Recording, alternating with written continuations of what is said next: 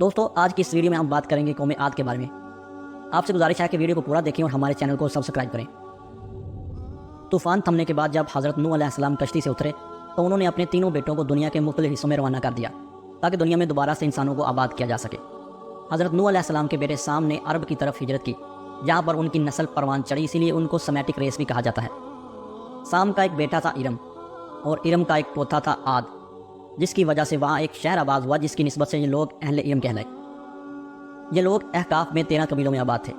احقاف حقف کی جمع ہے جس کے لغوی معنی ریت کے بلند و بالا اور وسیع و عریض ٹیلے ہیں۔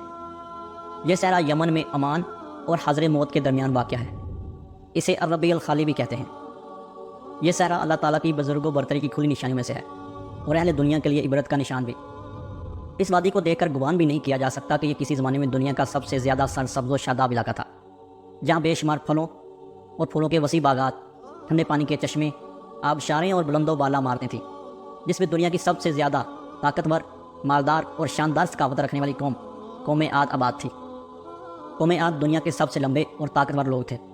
ان کی طاقت کا عالم یہ تھا کہ وہ ایک ہاتھ سے درخت کو جڑوں سے اکھاڑ دیتے تھے۔ انہوں نے احقاف میں پہاڑوں کو کاٹ کر عالی شان محل بنائے تھے اور لمبے لمبے ستونوں کو تراش کر اپنی بستیوں کی تعمیر کرتے، اسی لیے ان کو 1000 ستونوں والے شہر کی قوم بھی کہا جاتا ہے۔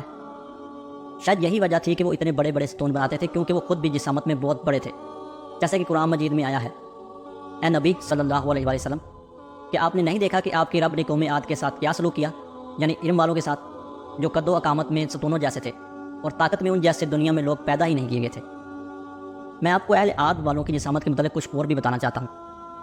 سورہ مائدہ میں آیا ہے کہ جب حضرت موسیٰ علیہ السلام یہودیوں کو مصر سے نکال کر ارض مقدس لاتے ہیں تو ان سے کہتے ہیں کہ اے میری قوم، اس مقدس زمین میں داخل ہو جاؤ، لیکن انہوں نے جواب دیا کہ موسیٰ، وہاں تو بڑے طاقتور اور سرکش لوگ رہتے ہیں، جب تک وہ وہاں موجود ہیں ہم وہاں بالکل نہیں جائیں گے، اس لیے آپ کا رب اور آپ ہی جا کر ان سے لڑو۔ انہوں نے ایسا کیوں کہا؟ کیونکہ حضرت موسیٰ علیہ السلام نے اپنے 12 قبیلوں سے 12 جاسوس اس جگہ بھیجے تھے، جنہوں نے آ کر بتایا کہ ہم نے وہاں بہت بڑے اور طاقتور لوگ دیکھے ہیں جن کے سامنے ہم بہت ہی حقیر ہیں۔ وہ امالیکا نام کی ایک قوم کے لوگ تھے، جن کے بارے میں حضرت انس رضی اللہ تعالیٰ عنہ نے ایک مرتبہ ایک بہت بڑے لمبے بانس کی مثال دی تھی اور کہا تھا کہ ان کے قد اس بانس کی لمبائی کی مانند تھے۔ اسی وجہ سے یہودیوں نے ان سے لڑنے سے انکار کر دیا تھا۔ آگے چل کر ایک نبی بادشاہ جن کا نام داؤد علیہ السلام تھا، انہوں نے ایک لڑائی میں ایسے ہی شخص کا سامنا کیا جس کا قرآن پاک میں نام جالوت آیا ہے۔ جالوت کی اونچائی تقریباً 10 فٹ بیان کی جاتی ہے، جسے قتل کرنے کے بعد حضرت داؤد علیہ السلام بادشاہ بن کر اٹھے۔ جالوت کی جسامت کسی صورت بھی ایک عام انسان جیسی نہیں تھی، اور یہ جالوت ارم والوں ہی کی نسل سے شاید آخری دیو کامت انسان تھا۔ قوم عاد کو مال و دولت اور طاقت نے ان کو سرکش بنا دیا، لہٰذا حضرت نوح علیہ السلام کے بعد قوم عاد ہی وہ پہلی قوم تھی جو سب سے پہلے کفر و شرک میں مبتلا ہوئی۔ وہ 3 مخصوص قسم کے بتوں کی پوجا کرتے تھے جن کے نام سمد، حمود اور حب تھے۔ شرک کے ساتھ ساتھ یہ لوگ بے حیائی، زنا اور فساد میں پڑ گئے۔ گمراہی میں ڈوبی اس قوم کو نکالنے کے لیے اللہ تعالیٰ نے انہی میں سے ایک نیک بندے جن کا نام ہود علیہ السلام تھا انہیں نبوت عطا فرمائی، تاکہ اس بھٹکی ہوئی قوم کو جہالت کے اندھیروں سے نکال کر روشنی کی طرف لایا جا سکے۔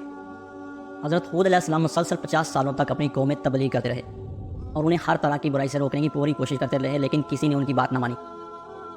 ان کے 13 قبائل میں سے 2 بہت زیادہ مخالف تھے، جن کے نام کلمان اور خلجان تھے، لیکن قبیلہ خلجان غور و فکر کرنے کے بعد حضرت ہود علیہ السلام پر ایمان لے آیا، جبکہ باقی 12 قبیلوں نے حضرت ہود علیہ السلام کی مخالفت کی۔ انہوں نے حضرت ہود علیہ السلام سے کہا کہ ہم اپنے باپ دادا کا دین ہرگز نہ چھوڑیں گے۔ انہوں نے اللہ تعالیٰ کو للکارا اور ستونوں جیسی اپنی جسامت پر تکبر کرتے ہوئے وہ یہ کہہ بیٹھے کہ کون ہے جو قوت میں ہم سے زیادہ ہے۔ ان کے تکبر کے جواب میں اللہ تعالیٰ نے فرمایا کہ وہ دیکھ نہیں رہے کہ جس اللہ نے انہیں بنایا ہے وہ قوت میں ان سے کہیں زیادہ ہے۔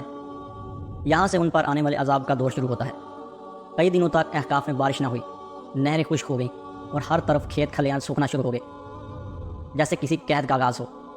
یہ قحط تقریباً 3 سال تک جاری رہا۔ یہ بات بڑی حیران کن ہے کہ جب پچھلی قوموں کو کوئی بھی مصیبت آتی تو وہ اس سے نکلنے کے لیے حجاز مقدس کا سفر کرتے اور بیت اللہ شریف میں جا کر اللہ کے آگے آہوزاری کرتے، لیکن اس کے باوجود جب نبی اور رسول یہی بات کہتے تو ان کی عقل پر پردہ پڑ جاتا۔ جب یہ قوم قحط سے اثر انداز ہونے لگی تو انہوں نے یہ فیصلہ کیا کہ قوم کے 70 افراد بیت اللہ شریف جا کر اندیکھے خدا کے سامنے فریاد کریں۔ چنانچہ 70 افراد پر مشتمل ایک وفد حجاز مقدس روانہ ہوا۔ اس وقت وہاں قوم امالیک کی حکمرانی تھی جس کا سردار معاویہ بن بکر تھا۔ معاویہ بن بکر قوم عاد کی شان و شوکت سے بڑا متاثر تھا، چنانچہ اس نے وفد کی بڑی خاطر مدارت کی اور اسے بڑی عزت و احترام سے اپنے ہاں ٹھہرایا۔ ناظرین، ان 70 افراد میں سے 2 مرشد بن سعد اور لقمان بن لقیم صاحب ایمان اور حضرت ہود کے پیروکار تھے۔ ان دونوں کی سوا باقی تمام افراد کافر اور بت پرست تھے۔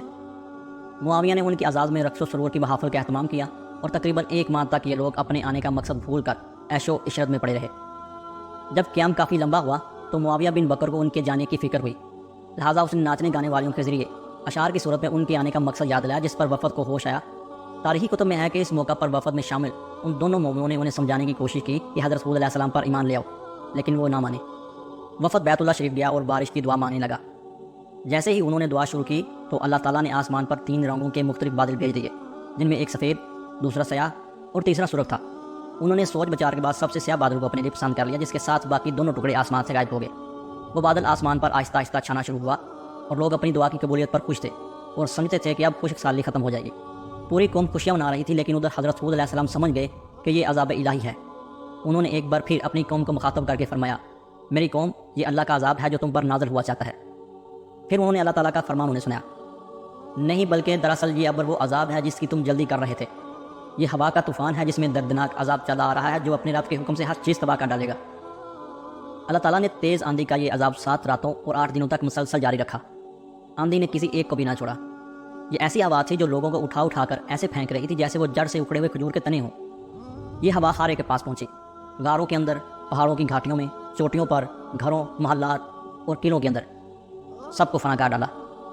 ابن عمر رضی اللہ تعالیٰ عنہ سے مروی ہے کہ نبی کریم صلی اللہ علیہ وآلہ وسلم نے فرمایا، جس ہوا کے ذریعے قوم عاد ہلاک کی گئی، اللہ نے ان پر انگوٹھی جتنی جگہ کا مثل ہوا کھولی۔ بس وہ ہوا پہلے دیہات میں گئی اور وہاں کے لوگوں، مویشیوں اور مالوں کو اٹھایا اور آسمان اور زمین کے درمیان لے گئی۔ اللہ تعالیٰ نے اس خوفناک آندھی سے حضرت حود علیہ السلام اور ان کے ساتھیوں کو محفوظ رکھا، اور انہوں نے خطیرہ نامی ایک بستی میں پناہ لے لی جہاں پر عذاب ان تک نہیں پہنچا اور وہ امن و سکون میں رہے۔ حضرت حود علیہ السلام نے 150 سال عمر پائی۔ آپ کو 50 سال کی عمر میں نبوت ملی، جبکہ 50 برس آپ اپنی قوم کو واعظ و نصیحت کرتے رہے۔ قوم کی ہلاکت کے مزید 50 سال بعد تک آپ اپنی قوم میں تبلیغ کرتے رہے۔ حضرت علی رضی اللہ تعالیٰ عنہ نے حاضر موت سے آئے ایک شخص سے پوچھا، کیا تم نے حاضر موت میں کوئی ایسا سرخ ٹیلا دیکھا ہے جس کی مٹی راکھ جیسی ہو؟ اس شخص نے کہا، آپ تو ایسے بتا رہے ہیں جیسے آپ خود بھی وہاں گئے تھے۔ اس پر حضرت علی رضی اللہ تعالیٰ عنہ نے کہا کہ میں وہاں گیا تو نہیں ہوں، لیکن مجھ تک یہ حدیث پہنچی ہے کہ وہیں حضرت حود علیہ السلام کی قبر ہے۔